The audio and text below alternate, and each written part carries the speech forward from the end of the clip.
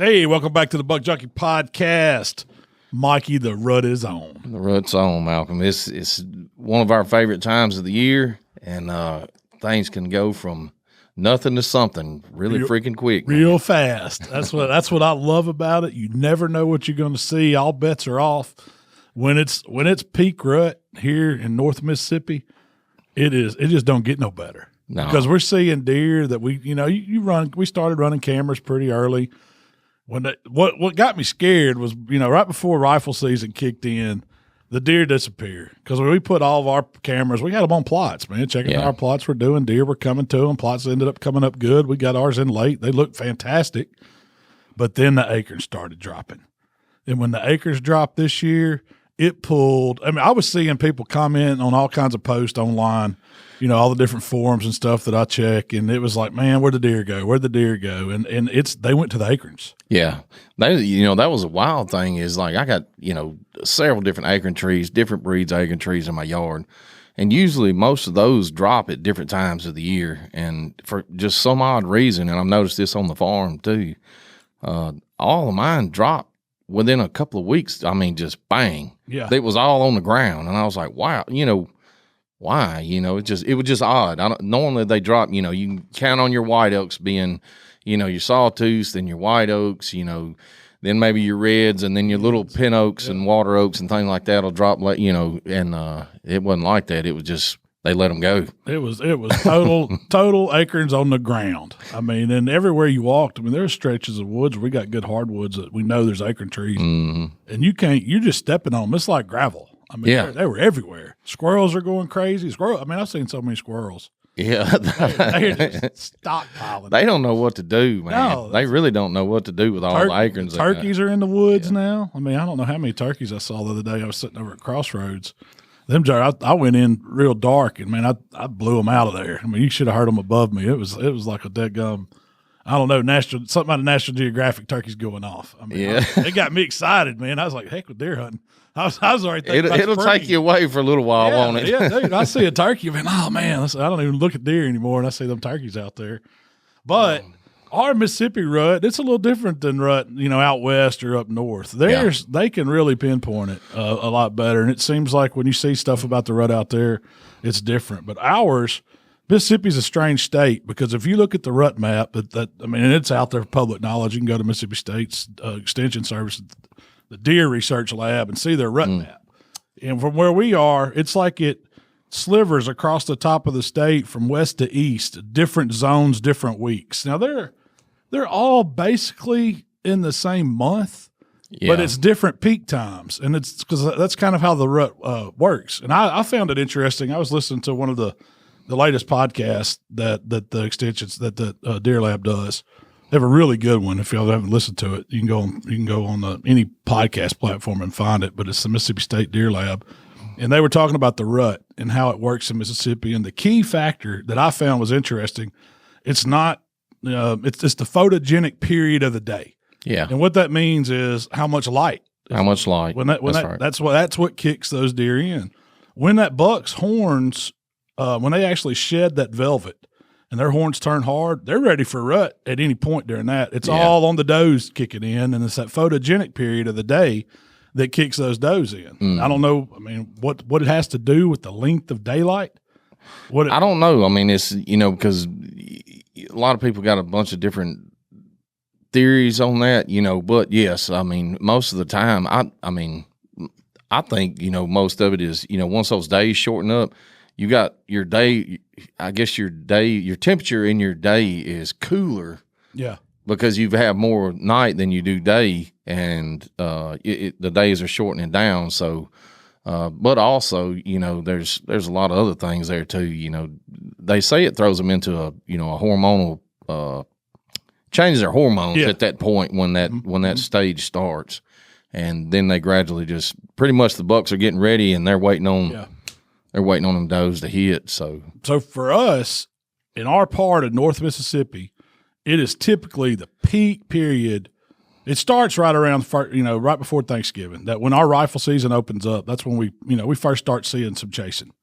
We've already had scrapes, we've already found rubs. Those usually come in, right during that youth season. That's when we start seeing those, and we start moving some cameras and trying to get some scrape pics and all that. But you don't see that aggressive buck chasing a doe or really just seeking hard for does till right at Thanksgiving, and then it comes to it's about a good 2-week period where it leads up that first week of December. Right now we're coming into that second week of December.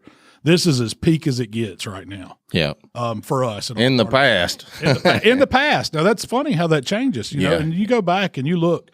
And that's why we always try to keep some kind of record, whether it's photos in our phones or if we write when we're killing deers on a whiteboard in our deer skinning shop. But we try to keep up with it, and that's good information to have because you can go back and look. Yeah. And I've went back and looked at my phone the past 2 or 3 years of when bucks have been killed on our place. And it's always between like December 5th to December 10th is when we see some really good bucks killed. And then it skips till Christmas, that week between Christmas and January. Yeah. Because what's happening is whatever deer don't get bred, and if you got a lot of does, there's always going to be another rut period. And that's what we see. We've got abundance of does.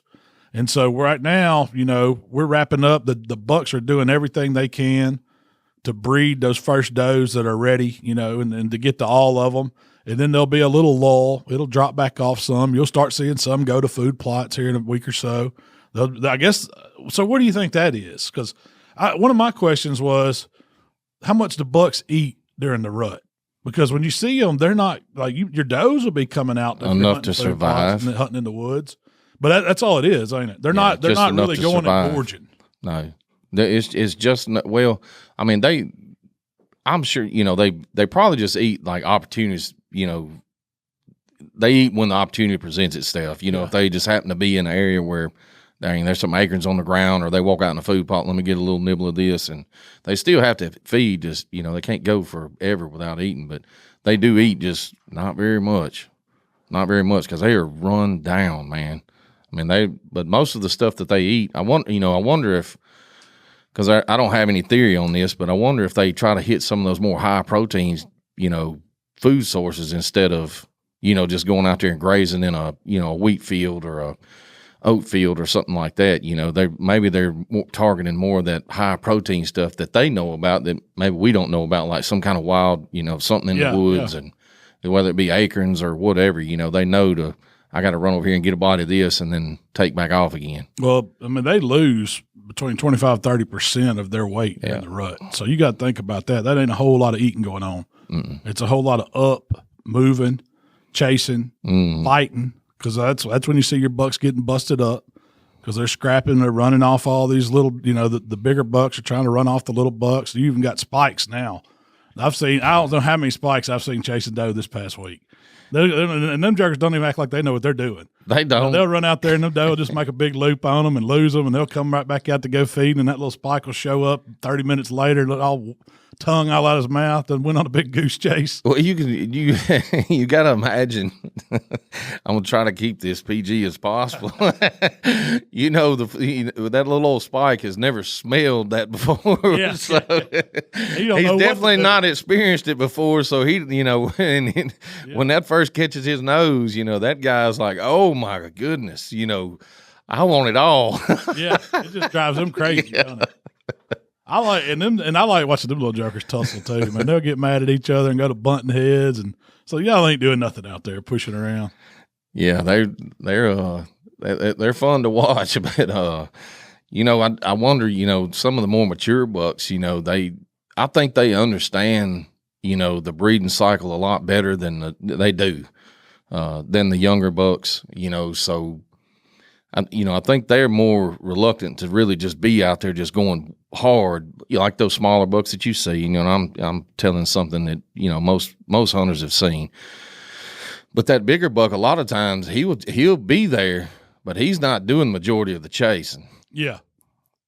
And he'll wait, and he knows that she's just now kind of starting to come in, but she ain't ready yet. Mm-hmm. So he'll just kind of chill and hang out, and he'll stay in the area. He's not going to leave her if he thinks she's going to come in within the next 12 to 24 hours. But he'll stay with her, but he's not the main one doing all the chasing. Well, what I've seen them do is they'll work the perimeter of a field. And, we started alleviating that on some of our big fields by making these different pockets of food plots in a big field instead of having just one big field. Because what I was noticing was I would see a buck come in the field, and he always come in downwind. And he would pop his head out. He wasn't even fully coming out in the plot or the field you're hunting. Mm-hmm. He's staying right in the edge, right in the woods, or right in the tall grass, that little transition area we try to leave between field and woods. And that's where he wants to hang out, and he's just winded. Yep. He's putting his head up. He's doing that old curl, that little lip curl you see him do. And then he'll drop back in the woods and circle around 100 yards and do the same thing again. And I don't know how many times I've seen a good, a decent buck, do that. With the young bucks, they'll just usually come on out, cruise that whole field. Yeah. They'll run up to a doe and check her. They'll check every one of them, push them around. Push them around. You'll see them, but the big buck don't hardly do that. But another thing I've noticed, and I know you've seen this, is if you can find a buck, a good buck that's really on a doe, he's going to stay with her for, like you said, 12, 24 hours. Mm-hmm. And she could be bedded down, and that buck will not leave her. He'll stand there and look at you. I've had them where I've been driving by. I was like, man, look at that jerker. Why is he not running? Why is he not breaking? He's just staring at me. Yeah. And I try not to stop when I see him because usually that's when they all get up and blow out. But if you'll just slow down when you're cruising around, you can get a good look at him, and I guarantee you the reason why he ain't leaving is there's a doe laying there and you just don't see her. Yeah, you just don't see her. Yeah, because that's, kind of back to what we were talking about, our rut being different than other ones, a lot of you think about when that stage you was talking about comes into play, like not every single doe just goes that day. Yeah. Nope. So you got them spaced a little bit, majority of them may, but you still got some that are kind of spaced there. So what do you think that attributes to? Is it because of where they were bred the year before and where they actually dropped? Maybe maturity. Maybe maturity. Just like we were talking about with the bucks. As their age gets, maybe the older does don't come in right then. Maybe the younger ones just kind of like that Spike. He's wild as hell. Maybe the little young ones just, they click first and they start. It's their first time going through this, and it kind of triggers them. And they, something different to them. Well, what I found was interesting about it was a first year doe can definitely go in and breed that first year. Yeah. It all goes by body weight. When those young does get a certain body weight, that's when they can go into estrus, and that's when they can breed. I don't know, it's probably around 60, 65 pounds, something like that. I hadn't seen the exact weight, or I don't remember it if I saw it. But that's what I found that interesting. That's what's kicking them in, because I assume that first year deer, if they were born, that early summer, wherever, they probably weren't going to breed that year. But it all depends on their nutrition, how healthy that mama was to nurse them, how quick they got to eating, how much food was available for them to get that weight on to breed. And that's when you got a healthy herd. If you're seeing those first year does actually breeding, you've got some real healthy deer. Now, I don't know if it means you're going to have healthy fawns from those deer, because to me, they don't have that full year of motherly instinct to follow that mama around and get taught stuff. I mean, I guess it's like an inert thing in them that they just know, but some of it they kind of know, but you're right. I think you're right. It's just a theory, but that's just my theory, because I mean, it just makes sense to me that they wouldn't be as good. But I mean, they do stay in, does stay in like family packs. It's a family herd of them a lot of times, so they're still learning from those old granny does. Yeah, because if you've ever been around animals, if you've had house pets or anything like that, like a young female dog or a cat or something, and they have babies or whatever, sometimes they're a little lost and don't know what to do. So you're right. I think you're right about that. They're still a little ignorant and don't know how to take care of what they got, so maybe they may lose the first year fawn, to something, not hiding it well enough, not knowing, we'll stay away from that, main game trail over here that comes through the woods, or, you really need to back up in the thicket a little bit, I do think that's, that's one of the contributing factors to. Do you think those does are choosing which bucks they want to breed with, or do you think it's just totally whichever one can run them down and breed them? think Because it's you- one of them bar situations there. Depends on who's left in there that night. How many times have you been sitting in a stand and seen a doe come by, run to death, tongue hanging out her mouth? She's doing everything she can, and it won't just be one buck behind her. It'll be a train of bucks behind her. Yeah. And a lot of times when I've seen it, the smaller bucks, it might be a little 4-point or, you know, a little buck that's running her hard. And then here comes one that's a little bit bigger. And then here comes one that's a little bit bigger than that one. But that old monster, you know, that old big boy, he's just bringing up the rear. Yeah. He ain't running as hard. Maybe he's waiting on them to wear her out. And when they get her locked down, he can come in there and whoop them all and take over.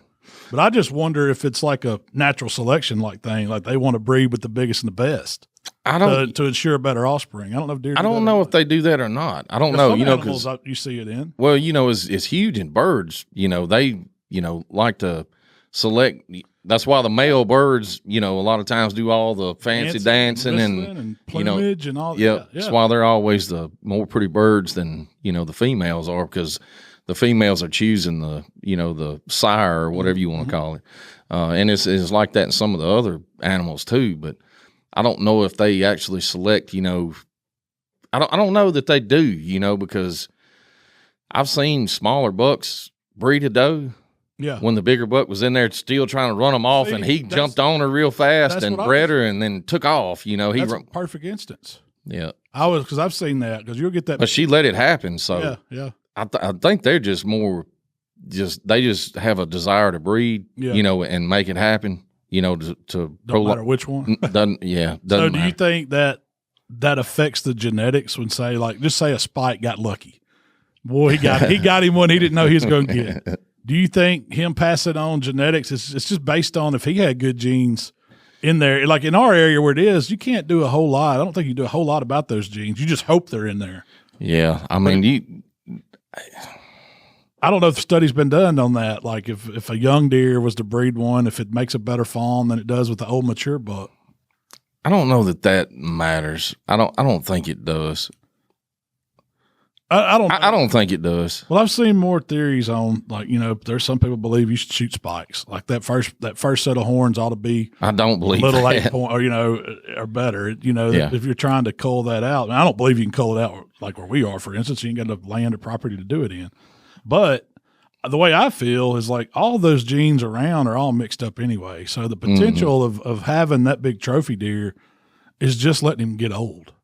Yeah. That's it. He's just lucky because he got old. But what got him old is probably being smart. Yeah. Not staying out in the open where somebody could shoot him, staying hid the best he could. I mean, for some reason they always seem like they're a little smarter animal than those 2-year-olds that are running around, with the little 8-point rack that ain't past his ears. Yeah. I don't think I don't think you can really control your genetics to that extent. You know what I mean? It would take years and years and years of you, but you would have to know which does to take out too, because most of the genes are carried, It's 50-50, I guess, right? I think the doe carries the more dominant gene, as far as like, passing on genetics, than the buck does. But, if he breeds and, that doe throws another doe, now you got his genes there for, a while. Yeah.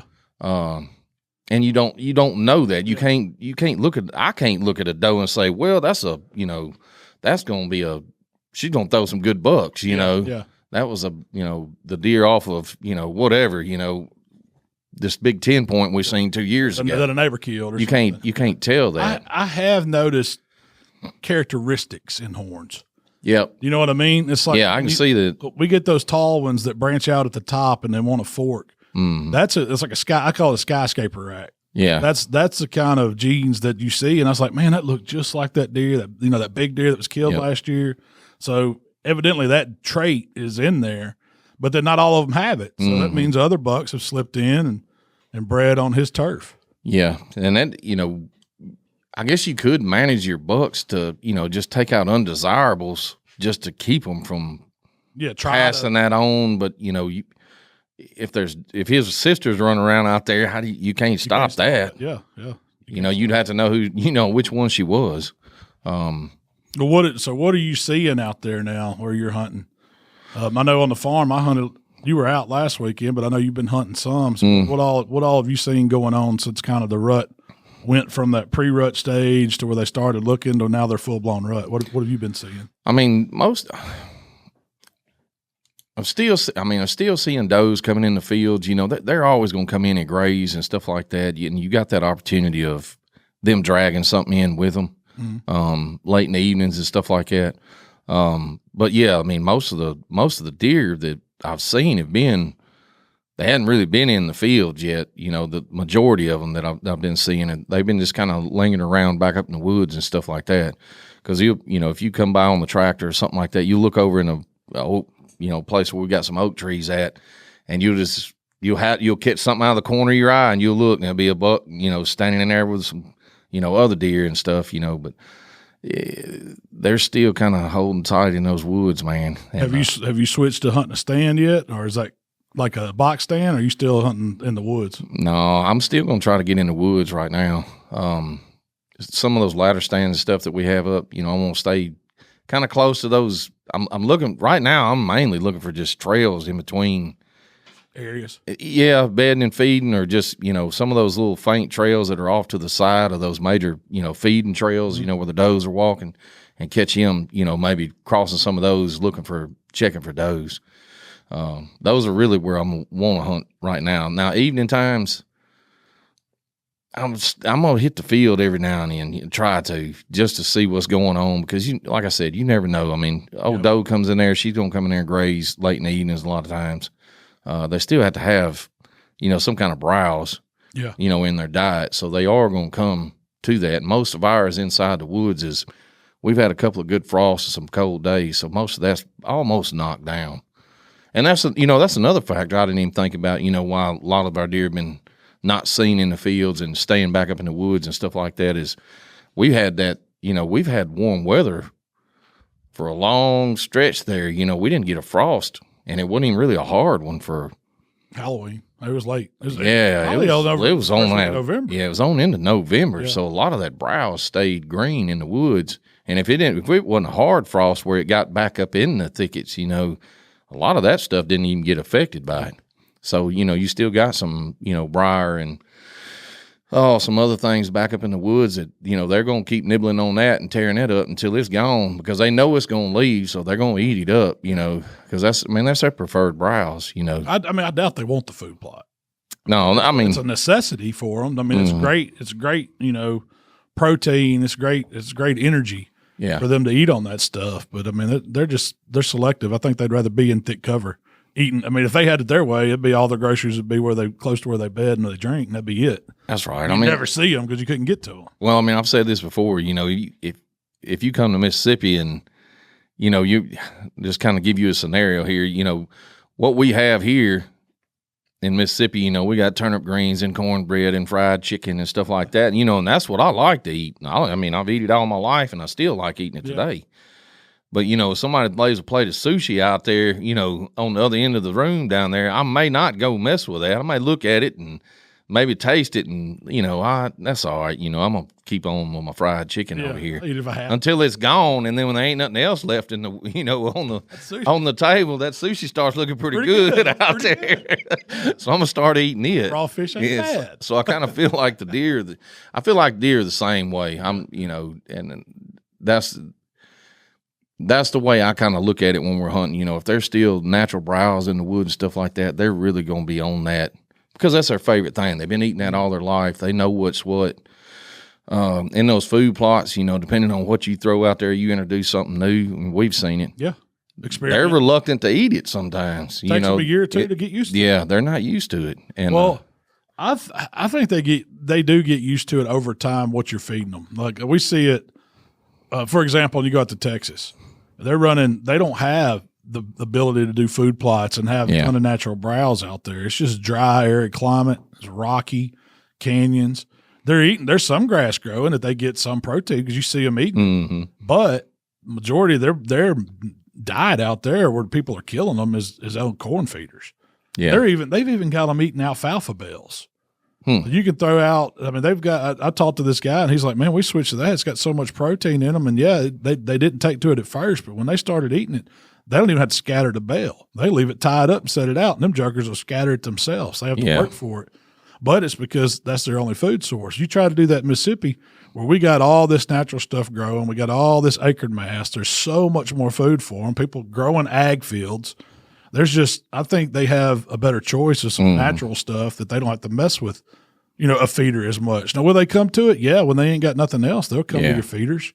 But I think people get disheartened when they go out there and they spend the money and they put these feeders out and they do some food plots, and then all of a sudden you ain't seeing no deer. Yeah, you ain't, and it's not because your deer left or that. Well, they could have left because you done got in the woods too much. Yeah, that pressure is a real thing that pushes them off, but also it's because there's something else out there that they like better. And and they're going to give them a few weeks. They'll be back. Like we're seeing that. We saw that just so opening weekend. I was like, man, we're going to have to go. You're going to have to get the wind right, and you have to get in the woods. Because you go sit in a stand, you're not going to see. You might see something pass through, but it ain't going to be like late season when they're piling in the food plot because that's all that's left to eat. Yeah, and I don't know how many people I told that. It's like, man, your deer ain't gone; they're just somewhere else. You got to, figure out where they're bed and figure out where their mass crops are. Use that Onyx map to show you. It's got a great feature where you can look at foliage and it'll show you mass producing trees on your property. It will. Yep. You can find those. It's fairly accurate. I wouldn't say 100% by any means, but it's better than a guess. It's a starting point. It's a starting point. That's right. But what about when you're in the rut? Rut's going on and deer chasing, but you ain't seeing anything. What do you think that is? Kind of the same scenario. I think because those are going to continue to be on feeding patterns. Most of the time. They're just trying to survive. So, I mean, I think during the rut, if you've got a situation like we've got now, where you still got a lot of browse in the woods, if there's a lot of browse in the woods, and there's still a lot of acorns on the ground, I gotta stay back, man. I gotta stay back off. Maybe not out in the field, sitting dead in the middle of the field in a box blind. Maybe off to the edge of it where I know there's acorns still lingering around the edge of those fields and stuff. Maybe right outside those, maybe you get a climber or a ladder or something. And ground blind? Yeah, ground blind and move to the outside edge of your food plots where your acorn trees, a lot of your acorn trees are still at, and you'll probably see a little more action in just 50 yards inside the woods than you will be sitting out in a wide open field. What I've seen, and we're lucky to have different terrains on the property we hunt. We've got some big hill. We're still in the hill country where we are. So in our hardwoods, we've got some pretty big ridges that run, and these deer are running those saddles right now. They're staying in those hardwoods and they're running in between those hills. And what I like to do is sit on one of them taller points to where you could see down in there, see that transition area, and you can. That's another one. Go back to your maps and look at your topo.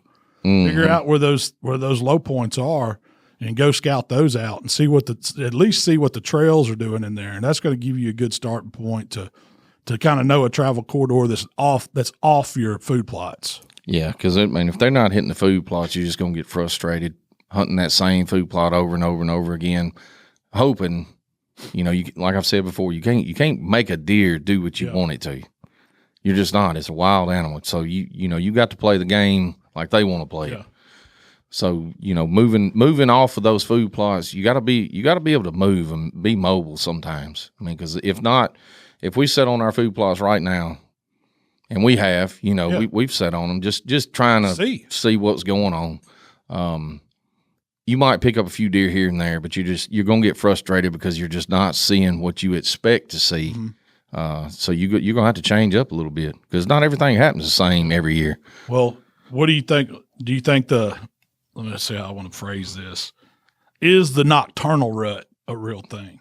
Nocturnal rut. Yeah. You're going to explain that one to me. So I believe that a lot of the bulk of these deer are getting bred at night.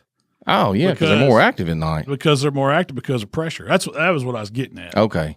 Yeah. I think that's like a big part of it. Like people say, oh, we're not seeing them chase. Like I've never seen one chase during the day.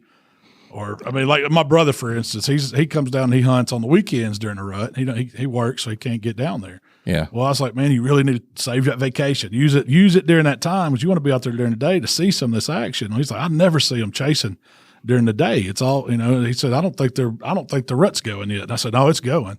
Yeah. You're just seeing it's happening. A lot of it's happening at night. And then a lot of it's just at times where you got to be there. Yeah. You got to be in the right place, right time, no doubt. I think, with the moon being as bright as it has been, because I'm pretty sure we just come off a full moon last week, so there's a lot of activity at night, during those times, which there's a lot of activity at night, period, no matter what the moon's doing. It's going to happen. 90% of your deer movement, that might be a little high. 75 to 80% of your deer movement is always going to be at night. I mean, all your game cameras are taking pictures at night. You look at your daytime pictures, you get 4 or 5 pictures during daylight hours, but you get 15 at night. So yeah, I mean, 90% of the breeding is probably happening at night. You don't get to see it, and if you don't have game cameras out there, you're not going to see it at all. Where do you want those cameras during the rut? Because I don't know, because when they blow by it may not be fast enough. It might get the doe when she comes through. You never see what's behind her. Because I've seen several of ours, where the doe buzzed by the camera. I'm like, I know there was a buck behind her, but it didn't reset. It's 2 or 3 seconds before it takes the next picture. That's why I like using the video feature. Yeah, because it'll go, that 8 seconds or whatever after it triggers, and that way you can catch whatever's chasing her. Yeah, I don't know how many pictures I've seen, and it's a doe full blast, and you can just see them. They're hammered down. It's like, man, there's a good chase going on there. Yeah, I definitely have my cameras on video mode during the rut. Just so you can get. I wouldn't have them over no kind of big food source with that video, because it's gonna run the batteries down quick, fill your card up fast. That was what I was getting at. Like it ain't do you no good to have cameras on feed right now. Of any kind. I don't care if it's a food plot. I don't care if you can put them on a feeder where you're hunting at. I don't think it's doing you any good, because that's not what those bucks. If you're wanting to see bucks, now if you're wanting to see does, you're probably still going to see some of your does. But if you're wanting to see bucks, man, you got to get them on them trails. You got to give them where they're traveling. You got to get them in between those bedding areas and a food source. Yeah, it'll be a random place. It's not going to places that you've seen, trails that they use. Like I was talking about, those major trails. A lot of times your bucks, and this has been a proven theory, but they'll run across those feeder trails that are coming to those food plots. You may have a dozen trails come into a 10-acre field or more, and those bucks they'll just run parallel to, or not parallel, but they'll cross over them, checking. They're just trying to pick up a scent. Yeah, he'll want to check, go and check. When he picks up the doe, now it's up to him to figure out which direction she went. Have you ever seen one, just he's walking along and then he finds one? What he does? Yeah, dude, it'll turn them hard 90 degrees, nose to the ground. It looks like a beagle. Yeah, done jumped a rabbit. They'll walk right past you and not pay no attention. Yeah, I don't know how many I've seen. It's like, man, I know that joker's downwind to me. What is he doing?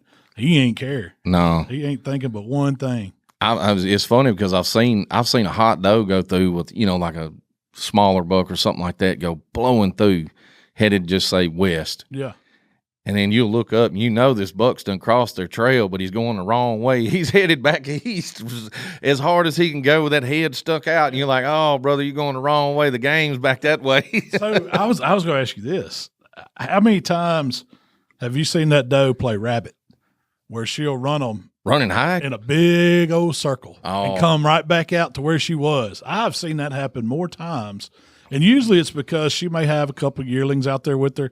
She's not getting too far from them. Yeah, and that's a lot of times when I see during the rut, when I see yearlings by themselves, I'm like, man, there's a hot doe, because they done run her off, or she's somewhere and there's probably a buck messing with her, not letting her come out there with her. Or she'll let them little ones go out there, but she ain't far. But what I've noticed is they'll get a buck, and this happens a lot with smaller bucks, that they'll just make a big old loop like a rabbit would and come right back around, and they'll give that little buck the slip. It'll take him a while. Yeah, to catch back up with her. Yeah, she's not ready. She's gonna tear out running. I'm sure they got ways to get them off of them. Run out there and cross over some water or set in some water or something to keep them from messing with them, and then get away. But I've seen one. I seen a doe. I was hunting down in the Delta one time, and I had this stand. It was on a cypress slough. I call it a slough. It was an old drainage ditch that's probably 30 or 40 yards wide and nothing but these huge cypress trees. And I had a ladder stand stuck up in one of the cypress trees on the edge of the bean field. So it was about a 200-acre rice field over to my right and 200 or 300 acres of beans on my left. And I was just sitting in this ditch that ran down between them, and it connected to bigger woods on both ends.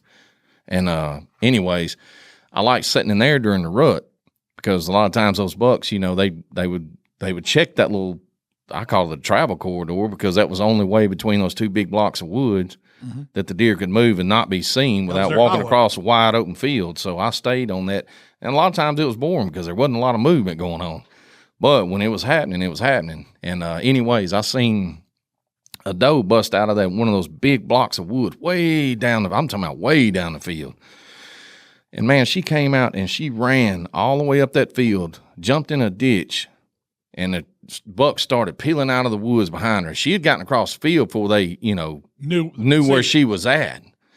And they ran across that field, and I guess she was so hot or whatever that they could still pick up on her, and they run over and bumped her out like a jackrabbit, you know, and she jumped out of that ditch. And when she run all the way across the field over to where I was at, jumped in that water behind me, and that water was over my head, and she swam 100 yards down that ditch and come out right under my stand. You're watching this. I'm watching this, and she come out right. And one of the bucks I was wanting to shoot, you know, he was a pretty good one. Yeah.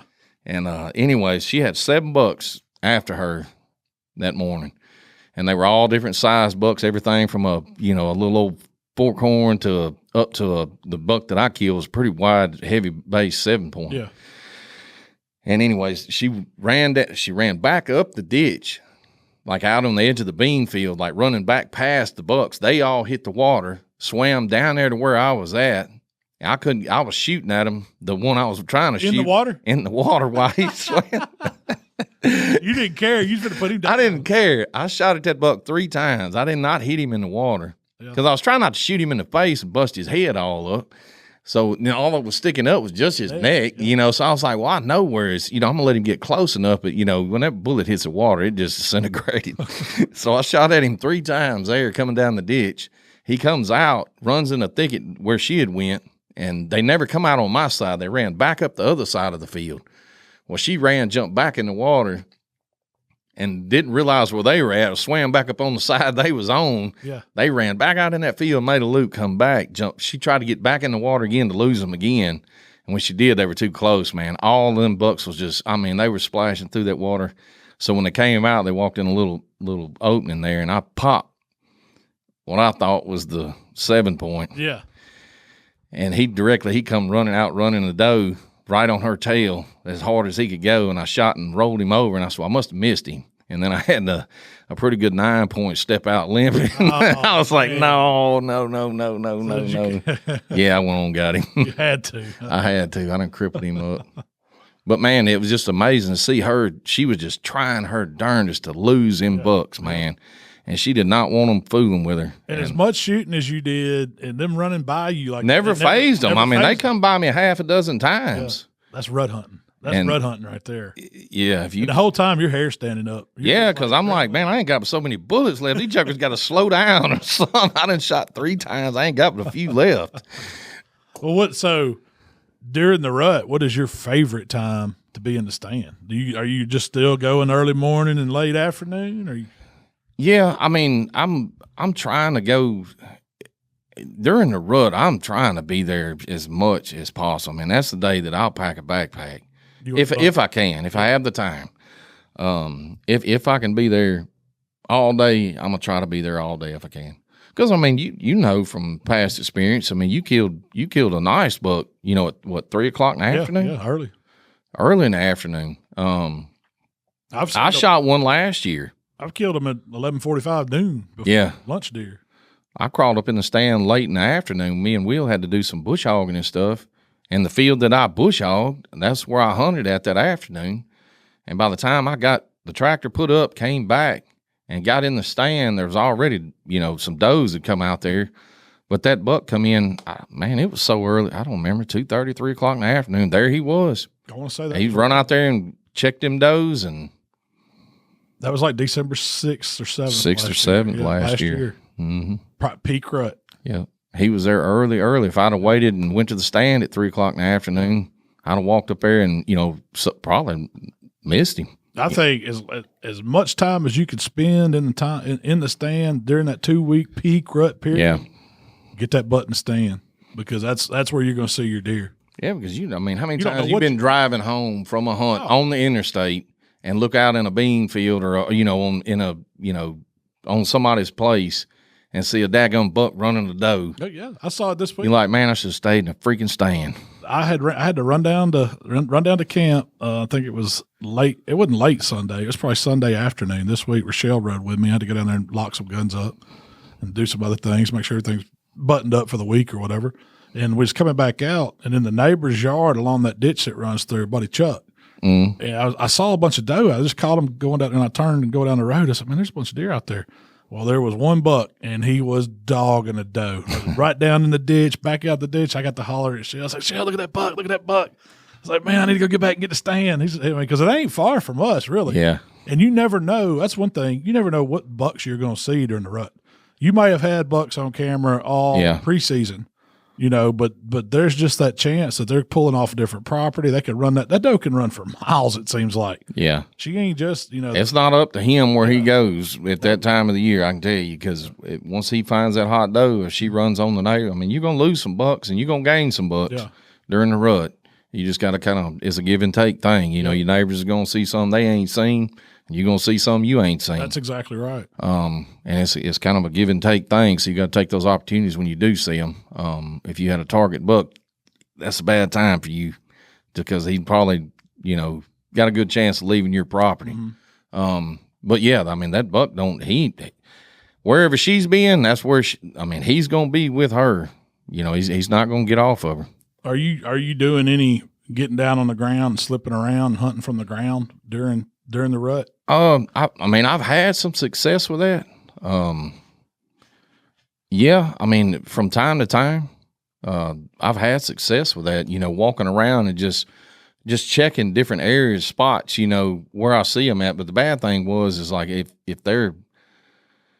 them does are pretty wise, you know what I mean? They ain't dumb. You walk up on them in the middle of the day or something, they're bedded down. She's gone, and guess what? He don't care. He's just leaving with her. Yeah, he's following wherever she's going. Yeah, and I've blowed a lot of hunts doing that. Get to see him, but not really get to shot at him. Yeah, walking around early in the mornings when they're feeding and stuff. If I know there's some areas that I can, get an advantage point and slip up on it and see if they're down in there or, in a hollow or something. I know where there's a lot of acorns at. Yeah. But just kind of randomly just walking and stumbling through the woods. Yeah. Yeah. We used to do, we didn't always have where you could go rifle of choice or whatever on private land after a certain date. We always had that. I called it the rut muzzleloader season, really. Mm-hmm. After Thanksgiving, we went back to primitive weapon there for a lot of years. You had to use black powder. Yeah. And so we, on days where it might be a rainy day or something where you knew there wasn't too much movement going on, but it was that peak rut time, we would do what we called little drives. Yeah. Where you just kind of spread out 20, 30 yards apiece and you move real slow through the woods and you're just looking to see if you can see anything bedded down or get up. And that's been times where you'll see that buck hanging out with that doe and you might spot him before you spot her. But, I never really killed a big one doing that. It's like you said, we always bumped them. It wasn't, they're way smarter and way slicker than I am. Yeah. You can imagine my big self moving through the woods trying to be stealthy. Doing a drive during the rut is not, it's not a bad idea if you have property that you don't mind doing that on. Yeah, you don't want to do it on your number one spot. Yeah, I wouldn't go in walking some bedding areas that I knew I had a chance of killing a big deer out of or have in the past. But, if you have some places where you want to go do that, it is a good time to go in there and do drives because, if you know where the does have been bedding at, more than likely you're kicking bucks out of there that you normally wouldn't be there because they're trying to breed those does or staying with those does. Did y'all ever do that on the government land down there? You're not supposed. I don't think you're supposed to do that. But yeah, we done it. Yeah, I didn't know. Yeah, I don't know that at one time you're not supposed to do them. We did them anyways. Yeah. Yes, we walked in bump thickets and knocked deer out of them and stuff like that. And I did it on a lot of farms that I hunted. Well, like that alligator farm, didn't y'all? Yeah, we did that down there. I would go down the alligator and run those ditches and some of those thickets and stuff, and put people in about this time of the year too, because I knew those bucks would come into those thickets after those does that we were holding, and a lot of times we kick some monsters out of there. What would you do? Put somebody at an elevated stand or something, and then you'd kind of be the driver? Yeah, so I had some tripods because there wasn't no trees really to climb down there. Those set out trees that the state had set out were not, I mean, they weren't no bigger around than your leg and probably 15, 20 foot high. Yeah. Wasn't much to get in. It's like reforested hardwood blocks or something? Yeah. And then it had drainage ditches all the way around it, like big drainage ditches. And but I knew the property from rabbit hunting it and walking it and stuff like that, throughout the year. I knew where the main trails were, and when we had bumped deer, before, I knew where they exited the property at to go onto another farm or something. So I had found those trails, and I would put those tripods strategically in those places where you had a good chance of them getting, running by you. And I just kind of eased through the thicket. I didn't want to see them. I would just put my wind. I walked in completely opposite of what you would if you was, still hunting. I was wanting them to smell me. So I would go in with the wind at my back and walk in the thicket and just kind of walk slow and just like I was scouting or something, and just walk as slow as I could up through there and just let my wind blow up through the thicket. And usually it worked out. They would get up. And I guess that keeps from busting out where they might just try to ease out. Yeah, they smell me and they'd get up and move. They're moving kind of quick, but they're not like it is when you kick them out of their bed. They're just wide open. Yeah, they would just kind of get up and move on and give your standard a chance to shoot at them where they're not just running wide open.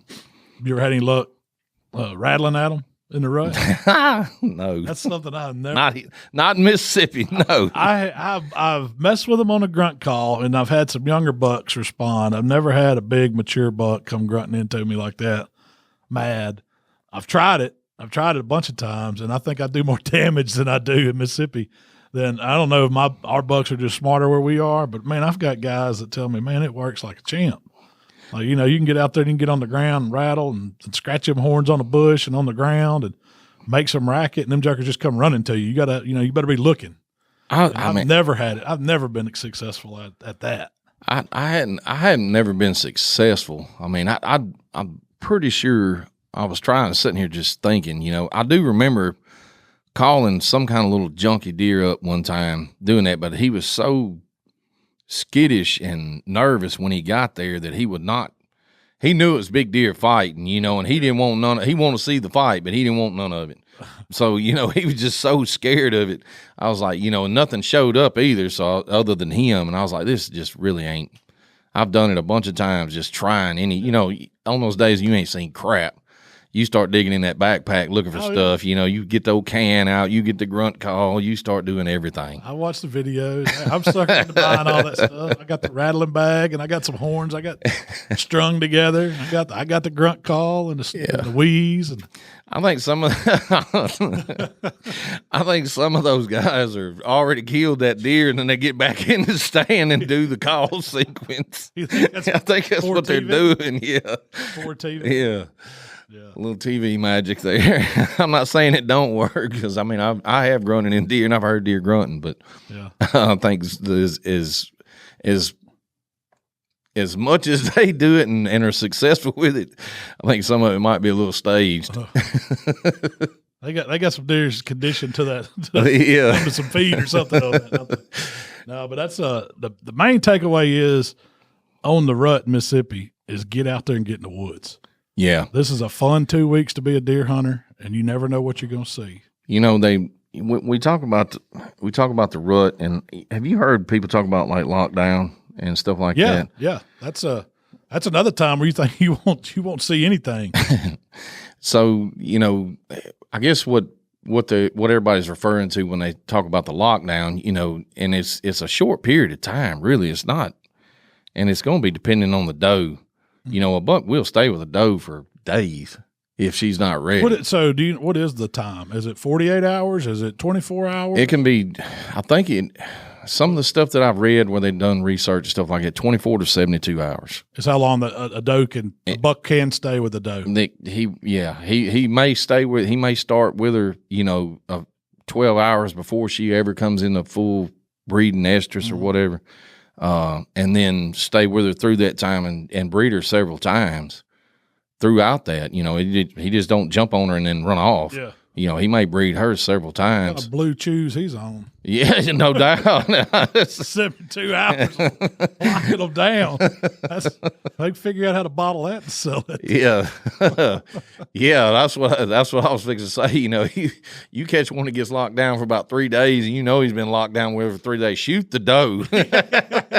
Give her some money. Yeah, I'll give you some money for that sack of pea. But yeah, that's some powerful stuff. But I've seen those bucks, locked down with does before. There was a time that I was hunting out here in Tate County, not far from the house, and anyways, had this really good spot down in the river bottom and stuff, and I'd hunted and didn't see nothing. I mean, didn't see a deer that morning, and happened to be coming out walking to the truck, and 50 yards from my pickup was a big old log jam that they had cut trees down, the farmer did, and piled them up. And some little saplings and briars and stuff had growed over all that stuff. And I was coming back up to the truck. I was parked 50 yards in front of that thing, and I seen this buck's horn sticking up out of that crap. Well, just directly a doe stood up, and she was standing there, and I'm 200 yards from them, so I laid back down. I was just walking out on the side of the field, and immediately when I seen her and she wasn't looking at me, I just dropped to the ground, and just laying on my guts, just looking at her. And I was like, dang, man, I gotta get somewhere. I'm laying out in a wide open field, So I kind of belly crawled over to the edge of the woods and got right in the edge of the woods there where I could still see him. Got my rifle off my back, loaded it. And I could tell he was a nice buck sitting in there, but I sat on the side of that field for almost 3 hours. That buck did not, if she got up, he would stand up with her. If she sat down, he would sit down. So whatever she did, he was. Whatever she did, he did it. Yeah. If she acted like she was going to leave, he would move. So I mean, he was on. He was locked on her. And they were just laying around. They'd found some kind of thicket that they felt comfortable in, and she could see. He wasn't worried about seeing nothing, other than her. And she just wanted to make sure she could see everything coming and going. And she just happened to miss me coming up the field. I don't know how she laid in the most oddest place right behind my pickup. Yeah. But I wound up killing that deer. I wound up grunting at him, like just grunting as hard as I could, as loud as I could. And he thought another buck had come, did kill that deer. I wound up grunting at him really hard, and it pissed him off. And he stood up, and at first he wouldn't come out of the thicket. He wouldn't leave her. And I'd let him sit back down. I'd do it again. I'd let him sit back down, do it again.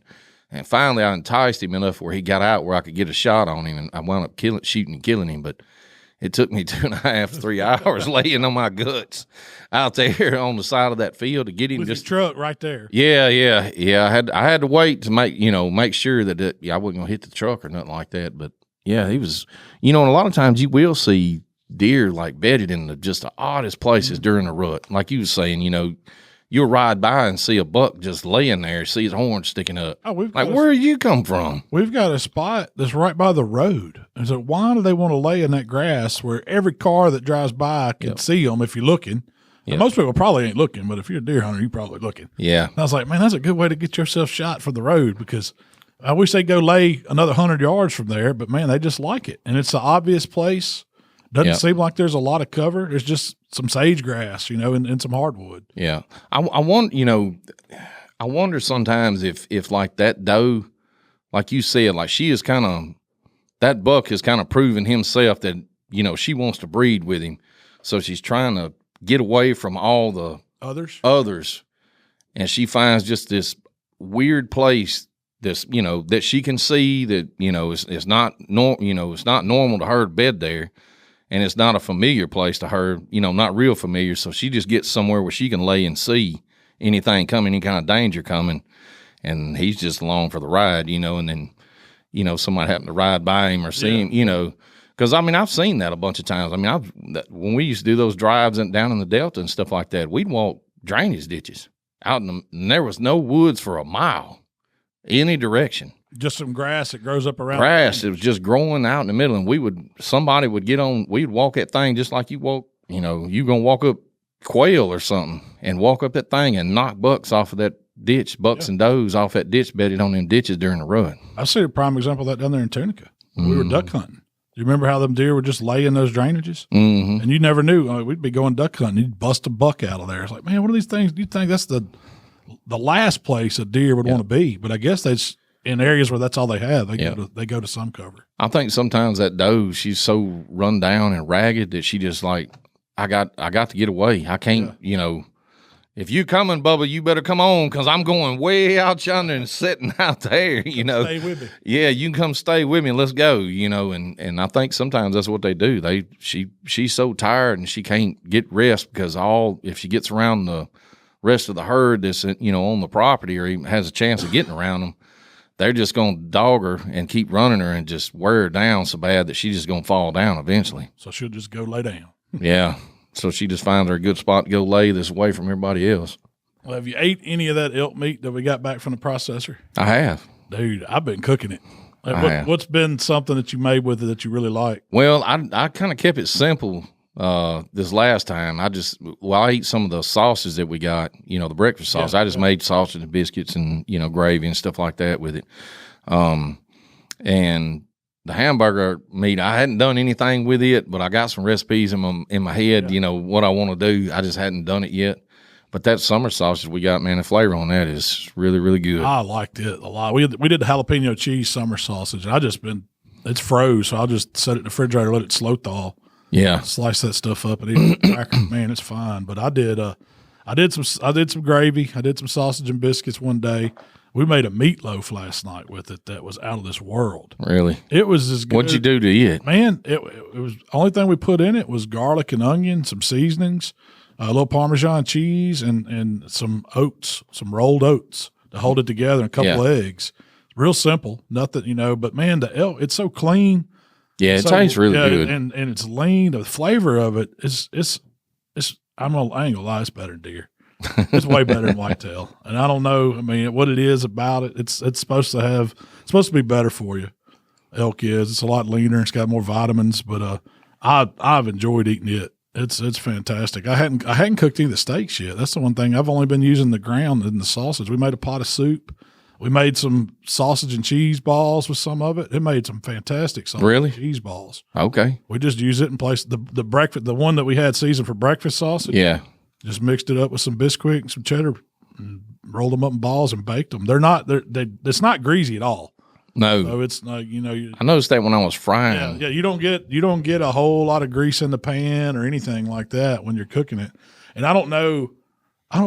You drop that meat off. Did they ask you if you wanted any fat added? Because I can't tell there's a whole lot of fat added to it. Yeah, so you have the option when you drop it off if you want fat added to the mix or no fat added. You know, how do you prefer it? I mean, I prefer. I'm gonna eat it so fast. I want fat in it. Yeah, you know what I mean. Beef fat, is that what you like it to be in it? No, I like pork fat. Yeah.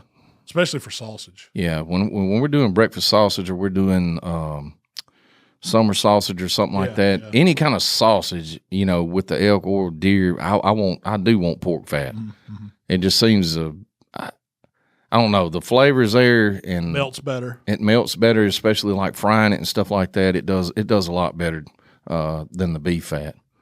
What about in your burger? But like burger, you know, yeah, maybe so. Maybe I like both, but that beef fat, that's where it's at when it goes to cooking burgers. Well, I know they added some because I can see some flake in it.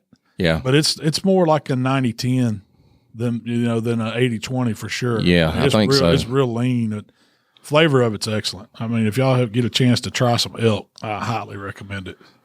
If you can't get out and shoot one, you can buy some. Who is it? Mossy Elk Gamekeeper Butchery. They sell ground and they have steaks. Pretty sure they sell. Yeah, you just have to look see because a lot of times they'll run out this time of the year because everybody's buying Christmas presents. That's right.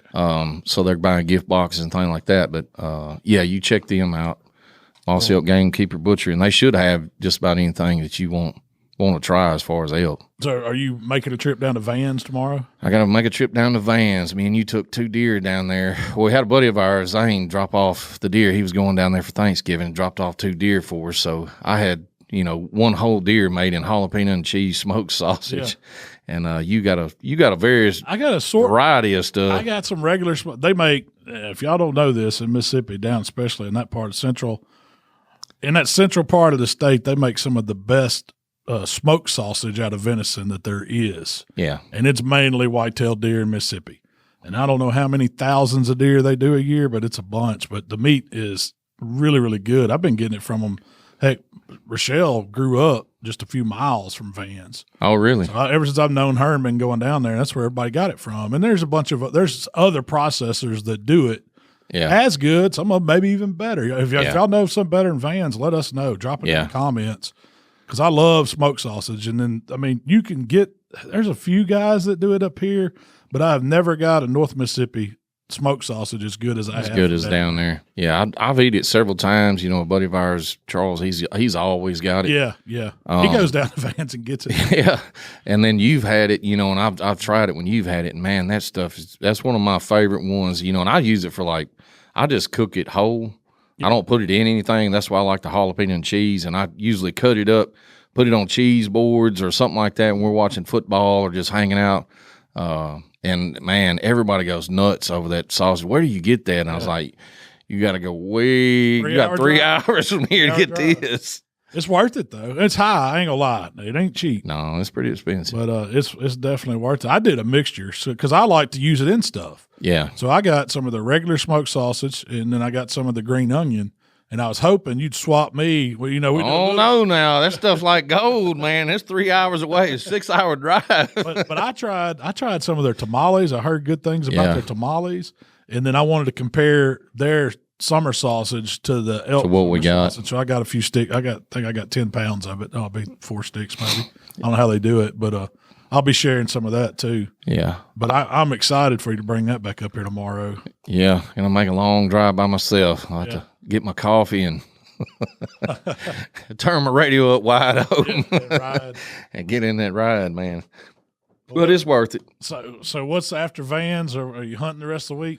That's what I'm planning. Yeah, man. We got some guests coming into town this week. We got Craig Verhage from Royal Oak, the Ninjas coming in, and then Matt from Victor Knox is coming. Matt from Victor Knox coming in. We're gonna go down and cook for those guys and hunt with them for a couple of days. And when they leave, man, our temperature's supposed to drop. You won't be there. I may have to make a run to Arkansas. This second split opens tomorrow. If them ducks are hitting, I got to go get some morning hunts in. I can come back and afternoon hunt over here. It depends on how this week goes. Like there's 2 bucks that I really want to see on the ground. One of them ain't nothing. He's an old 6-point. We've been seeing him for probably 2 years, and he's done turned into as big as he's going to get as a 6. He ain't doing nothing other than 6. I think you saw him. Will's seen him. I seen him a couple of years ago. He was wide, pretty nice deer, but he was still kind of he's pencily, and he still looked kind of young to me. Well, the neighbors are after him. I got word. That 6 is on the hit list, and then there's another pretty good deer that's walking around that I want to at least get eyes on him and see if he's one that I'll squeeze on. If he come running out there after doe, it's no brainer. Yeah, but he's a big 200-pounder. I mean, I'm going on hoof size. Like them jokers, if that body's big enough, heck with them horns, I can't eat them. No, I want me an old fatty. That's what I'm looking for. So I'm excited. I'm gonna be out there. I love having neighbors that tell you, well, we're gonna go ahead and shoot that one. It's been on camera for the last 3 years because normally we may not have shot that deer, but if they're gonna say they're gonna pop it, well. That's a good thing about talking to your neighbors, man. It really is. I think everybody should go and try to get the best, especially if you ain't got these super huge tracts of land, because these deer's territory, we're covering several neighbors. Yeah, because I mean that that deer you're talking about, I did see him in velvet, but it wasn't on our farm. Yep. It was Lord, Across the road? Wow, he's way off. Wow, he's out there in them hay fields. Oh, yeah. Yeah, he's way off then. He jumped the road on me one day, and I was headed home from the farm. It was right at dark. He jumped the road and ran out in the hay field. Yeah, it was he was headed north. 3/4 mile almost. I looked at it from the one stand on the edge of our place to that. It's a pretty good ways. Yeah, he was headed out. He was still going. I mean, I watched him run half a mile across that freaking hay field before he disappeared. So, yep, it's an exciting time of the year right now. Exciting time of the year. Weather's fixing to get really, really good. Fixing to get we got a chance of snow next week. Oh, I love it. I've seen it, dude. They'll take it out, but for us, the weatherman likes to get the kids all excited. I love it when it's spitting snow, boy, and that front comes through. Good night. I made another trip out to Texas. We'll talk about that next week. We ain't got time today, but we'll talk about that trip. That was a fun one too. That was to another place that I've been going to the past 3 years and got to kill a black buck. So we'll talk about that hunt next week. But Mikey, you got anything else? Is there anything going on in the community? Where can folks find us? All that good stuff. You can find us on YouTube, TikTok, Facebook, Instagram, all the podcast platforms. We should be dropping some recipes. We're always dropping podcast clips for you to check out. Nothing going on in the community right now. Just like to see some of you deer and some of the things that y'all are doing. Just dropping some stuff on there, and we'll see about running a contest for too long. Yeah, we got some sausage season we can send out. That'd be a good one to do something with. That'd make some pretty good deer sausage. But if y'all got any thoughts or ideas on some good processors down there that makes a good smoked sausage, drop it in that comment on the Buck Junkies Outdoor Club. I want to hear it because we may have to make another road trip, compare. That's right. We got plenty of does to work with. That's right. It's time. I hope to not be killing does during the rut, but no, I'm not shooting one right now. I got to get me a jerky doe. I got me one of them meat dehydrators. I want to break in. Yeah. So I'm planning on killing a doe just for jerky, and I'm gonna turn the whole doe into jerky. I don't know if I've ever. It's gonna take you a week. No, to do that. It really won't. This one's got 10 trays. Yeah. So if it could do, I bet you could do 20 pounds of cycle. If I get a big doe, I might get 3 cycles maybe. That'd be pretty good. 60 pounds of meat. I'm gonna do the back straps, inner loins, all of it. I've never done it all. Jerky. Never done back strap jerky. It's gonna be sacrilege. It's gonna hurt. Yeah, it's gonna hurt. It's gonna hurt some feelings. It's gonna hurt me to cut that up for jerky, but I want to try it. I'm thinking about making some inner loin jerky nuggets. Really? Dehydrating them into where they're like those. You ever had those tender bites from Jack's Links? Yeah. That's what I want to try to make a tender bite out of an inner loins. Yeah. It'd probably do pretty good. I bet it will. But anyway, we'll be back next week and share more stories and give y'all an update on how the deer season's going here in North Mississippi. But until then, we gone.